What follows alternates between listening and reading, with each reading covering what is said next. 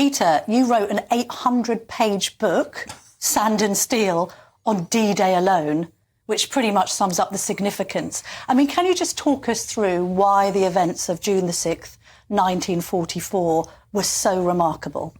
June the 6th was the tip of the iceberg, really, so it's the beginning of the end. It's when we land 156,000 people on the French shores. But that's just the beginning, and they then battle all the way through to Germany, which takes another 11 months. And that's VE Day, which we'll be celebrating next year.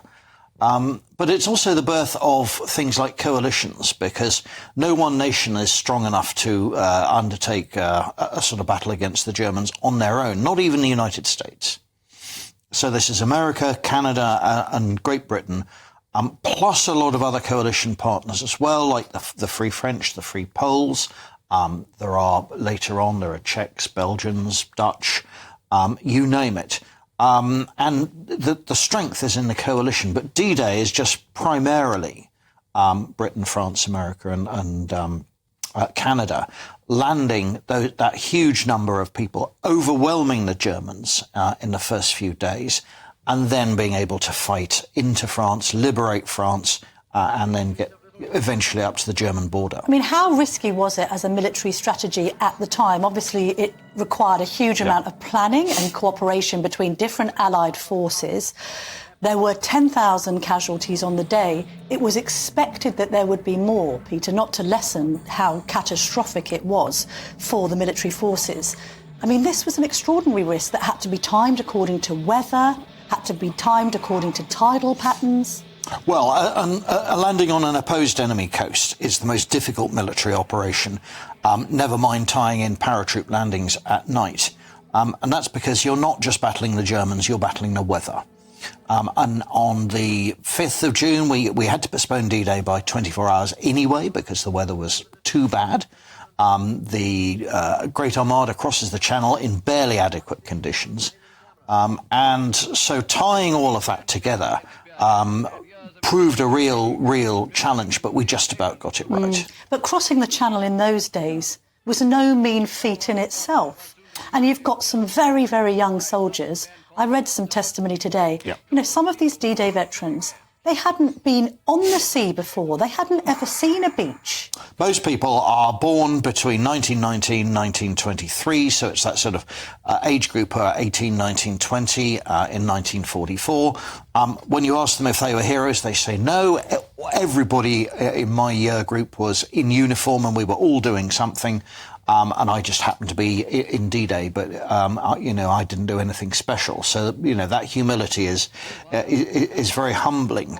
But it means, yes, you're absolutely right. They weren't tank drivers. They weren't riflemen. They weren't landing craft crewmen. They weren't pilots even of aircraft. They all had to be trained. And you asked me earlier about training. That took for the better part of 2 years before D-Day actually sort of materialised. And also, I mean, we talk about the beaches now, Gold Beach, Juno Beach. This wasn't an operation that happened overnight. It took some days to secure these beaches, and therefore you had Allied troops just under constant enemy fire from above. Yeah, I mean, you've got to feed in as many troops as possible once you've made those lodgements, and they weren't all joined up together to begin with. That takes sort of several days, and as we know, the Americans had a very sticky time at Omaha Beach. I mean, looking back on it, we now know it was successful, but at the time, the leaders were hugely worried that it would go wrong. Winston Churchill had overseen the Gallipoli operation in 1915 in the First World War. That had ended in disaster. The last Allied landing had been in Italy at Anzio in January 1944. That just degenerated into a stalemate for a long time. The Salerno landings had likewise in southern Italy in September 1943 had nearly been pushed back into the sea. So the Allied experience of landing and fighting the Germans had not been a happy one. No. When you read that there was a survey conducted in the week, I think it was by YouGov, to suggest that half of young people aged 18 to 34 didn't recognise the term D-Day or what it meant. I mean, are we doing enough to teach children in schools this stuff? I know that the history of Nazi Germany is certainly on the national curriculum. I studied it back in the day, and I know my children are studying it. But are we doing enough about the sort of Allied offensive and the British side of things? You can never do enough, is the answer. They sit up and take notice when it's relevant. I mean, I come from the Airfix School of Military History, so I was making plastic models, and that's how I taught myself about that sort of era. It wasn't even in the curriculum when I was sort of studying at school.